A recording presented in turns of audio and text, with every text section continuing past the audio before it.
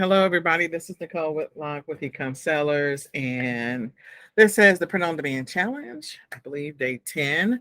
I'm having to re-record this, so I apologize for that. So today's topic is about keywords everywhere. So keywords everywhere, they have a Chrome extension that you can install, and it is a great tool to use to do some keyword research.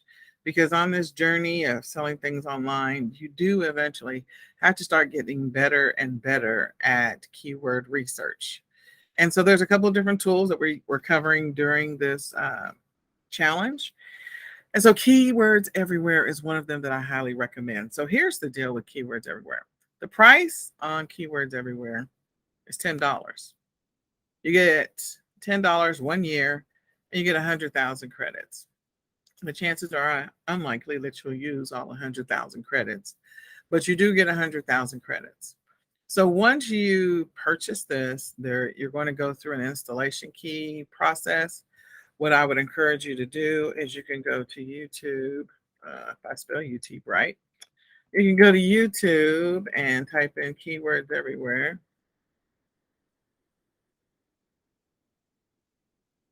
Keywords Everywhere. And once you do that, you'll come to the YouTube channel for Keywords Everywhere. And when you are on in this video, you will learn what keywords. Okay. So one of the videos, I would scroll down and just go to some of their older videos. And the one that I would encourage you to do if you decide to go ahead and buy it, because again, it's a $10 investment, is to click on how to install and set up Keywords Everywhere. That would be the one that I would definitely install. Watch. You can watch any of the other ones, which is fine. Go ahead and do that. There's another one that's the settings that explains all the settings, but those two are probably the main ones that I would watch initially. And then as you kind of continue to get familiar with the tool over time, not all today, we're not binge watching videos, because this is an 8-minute video, and I believe the other one is like a 4-minute video. So we're not binge watching. Yeah, 4 minutes. So the max you're going to be spending is 13 minutes after you do the install. Then just play with the tool a little bit and continue on your journey of creating your listings.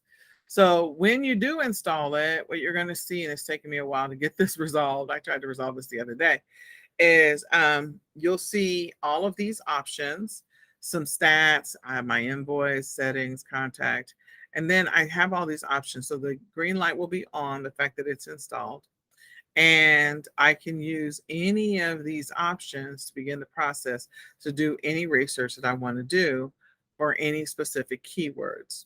So when you go to the Keywords Everywhere website, again, sorry, let me go back. When I go to the Keywords Everywhere website, the main site, for Etsy and also for any other platform that you might be selling on, you can scroll down to the bottom. And if you scroll down to the bottom, you will see that they have some specific information that might be helpful to you depending on the platform that you're selling on. So if you're selling on eBay, you can click on that one. If you're selling on Etsy, you can click on that one. You're selling on Amazon, you can click on that one. It can give you some helpful information to help you to make some decisions. So you can see on Etsy, you can see their volume, the competition. And again, we installed eRank, and so you see a little bit of competition information as well. And then you can see the PCP. This is page, their cost per click, sorry. And so you can go through and you can see that information as well when you're on Etsy. So I would encourage you, again, go ahead and grab Keywords Everywhere to begin your keywords research. As you continue to create your listings, your goal is to gradually, over time, get better at your keyword research, get better at titling your items, get better at adding tags to your listings, get better at creating your description. And so using tools that will help you to figure out what are the keywords that people are looking for can help you on that journey. The other thing is to use the thesaurus. I've mentioned that before. So that one can also help, because then you can look up related words or words that are not directly like the same word not a plural version of it or a singular version of the same word, but something that may have a similar meaning. And sometimes using those words with similar meanings, they have lower competition. So you can still use your primary keyword, but you can also consider incorporating the word that has the lower competition into your listing title and into your listing description. Okay. So that is one that I would encourage you to grab. Again, you'll have a little key that shows up here. And when you click on it, you'll be able to do your searches. You can change it to where you're just doing searches in the US, other countries.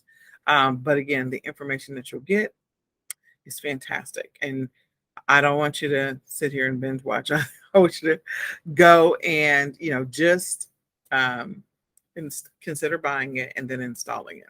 So if we go to Etsy,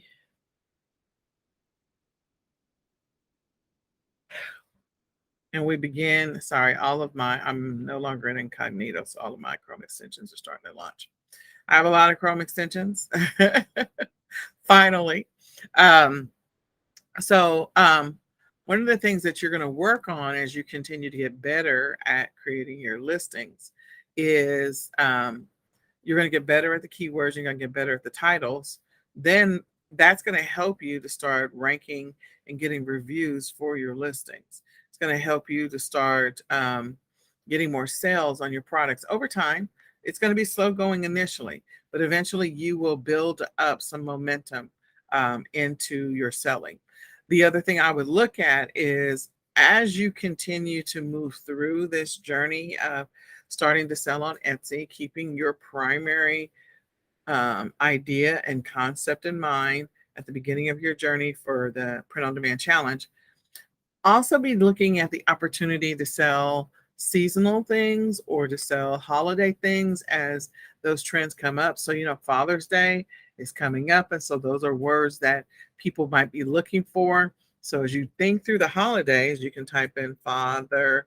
And then, of course, if I start with FA right now, Father's Day gifts from the daughter, from the kids, from the wife, Father's Day card, Father's Day SVG, which is a graphic so that you can use it on other stuff. Father's Day gifts for grandpa, the son, the shirts. So FA right now is heavy for Father's Day.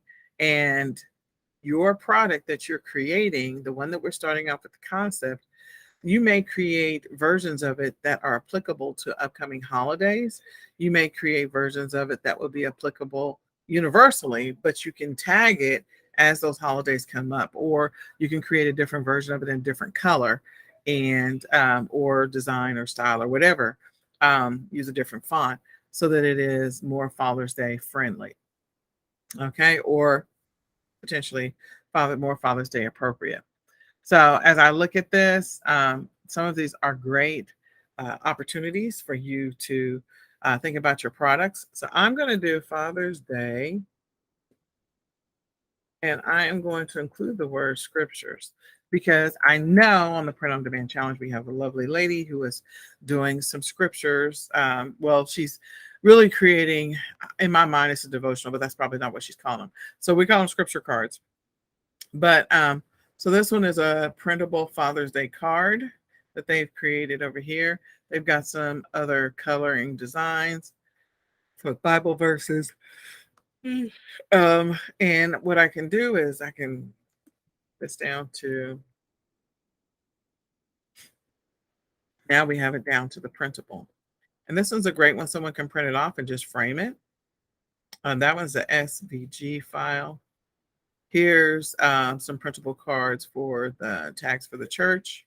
So this is a great idea for those people who are needing stuff for the church. There's a design that's already created. All the church has to do is come in and buy this, or someone can buy it and donate it to them.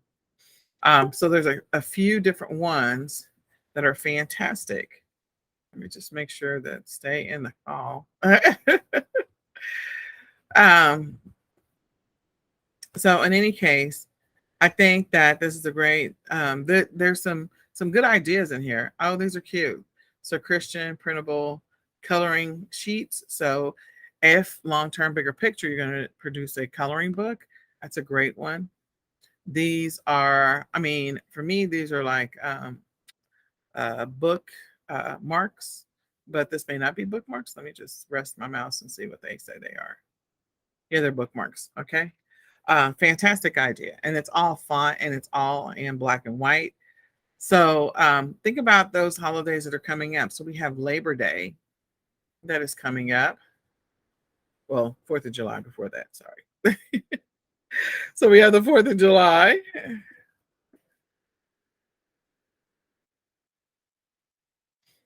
So there's some principal opportunities there. Figure out how your product can be incorporated into the 4th of July. This is a great time to start putting those up right now because people will be buying those and then deciding what they're going to do, especially as families start to get together for the holidays. Then we have back to school. So you've got some back to school potential opportunities here, printables. So you can scroll through this and maybe be inspired to get some ideas based on what you're creating. So, I know someone that's on in the print on demand challenge is doing smoothies. So you could create one, and tailor it towards, it doesn't have, you don't have to change it. Tailor the verbiage or create a duplicate version of your listing and tailor the verbiage and the words towards a simple morning routine or a simple quick start morning routine for, back to school. When there's no time, when you're in a rush, when you're in a hurry, this is a great smoothie to throw together for the kids for that morning rush. So again, back to school coming up right around the corner. Another one to think about. Then we have, trying to remember everybody's ideas and concepts. So back to school. After back to school, we have Halloween and we have Labor Day. Labor Day, Halloween, Thanksgiving, Christmas. And there's some other holidays that are in between there, but you can go through that process and think about it. So I was thinking about, I think it was Hazel's doing a recipe book. Okay. So I could do 4th of July recipes for, I could type right.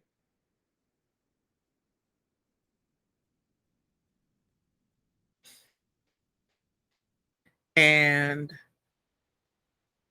if she's got some recipes that are perfect for the 4th of July, that are printables, if she has them ready, she can list them because right now there's no competition based on those words. There's no competition for 4th of July recipes, like none. Like I think there was like maybe one product or two. Somebody had a recipe book and there may be like one or two others, but there's no recipes at all. I cannot believe it. Are there any Labor Day recipes? Okay, so as you get further on, you can see some other recipes, but 4th of July, there's nothing. So think about that. You can, those that are doing the smoothie, you could do red, white, and blue smoothies.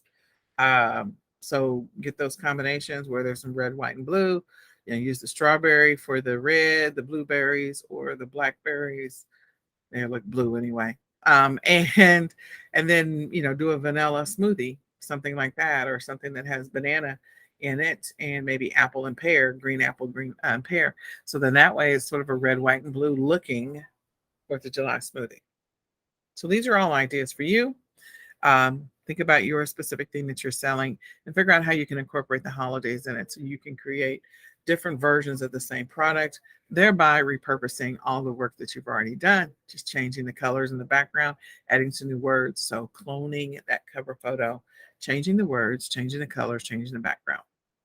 All right. I hope this information is helpful. Hope to see you guys in the next session. And we're going to say goodbye for now. Bye.